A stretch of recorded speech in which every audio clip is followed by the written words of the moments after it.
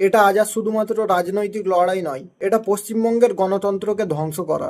এই 2026 সালের বিধানসভা নির্বাচনের ঠিক আগে একই দিনে প্রায় 30,000 ফর্ম 6 জমা পড়া, বড় বড় স্যাক ও ব্যাগে ভর্তি করে বিজেপির এজেন্টরা পশ্চিমবঙ্গের মুখ্য নির্বাচনী কমিশনারের অফিসে ঢুকিয়ে দিচ্ছে। এই ফর্ম 6-এর মাধ্যমে তারা উত্তরপ্রদেশ, বিহার ও ঝাড়খণ্ডের বহিরাগতদের এই বাংলার ভোটার তালিকায় অ্যাড করার চেষ্টা করছে। এটা কি এখনো একটা শুধুমাত্র রাজনৈতিক খেলা, নাকি বাংলার ডেমোগ্রাফি পাল্টানোর একটা ষড়যন্ত্র? আর যদি তাদের এই চেষ্টা সফল হয়, তাহলে বাংলার ভোটারের ভোটাধিকারের মান রইল কি?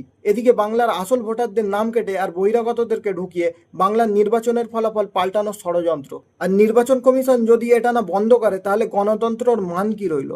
আর যখন এরকম ঘটনার ফুটেজগুলো ভাইরাল হয় আর টিএমসির অফিসিয়ালরা নির্বাচন কমিশনারের উপরে প্রশ্ন তোলে, তখন পশ্চিমবঙ্গের মুখ্য নির্বাচনী কমিশনার কি বলছেন?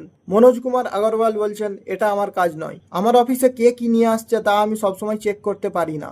আমি কি পুরো রাজ্যের নির্বাচন পরিচালনা করব, নাকি এসব চেক করে সময় নষ্ট করব? তবে তিনি সিসিটিভি ফুটেজ দেখে তদন্ত করার আশ্বাস দিয়েছেন। কিন্তু প্রশ্ন হচ্ছে, এত বড় অভিযোগের পরেও কেন এই দায় এড়ানো ভঙ্গি? এই নির্বাচন কমিশন কি নিরপেক্ষ থাকবে, নাকি বিজেপির এই ষড়যন্ত্রে সহায়ক হয়ে উঠবে? এখন দেখার বিষয়, নির্বাচন কমিশন কবে এই সিসিটিভি ফুটেজ অ্যাভেলেবেল করে আর কবে এর বিষয়ে তদন্ত শুরু হয়।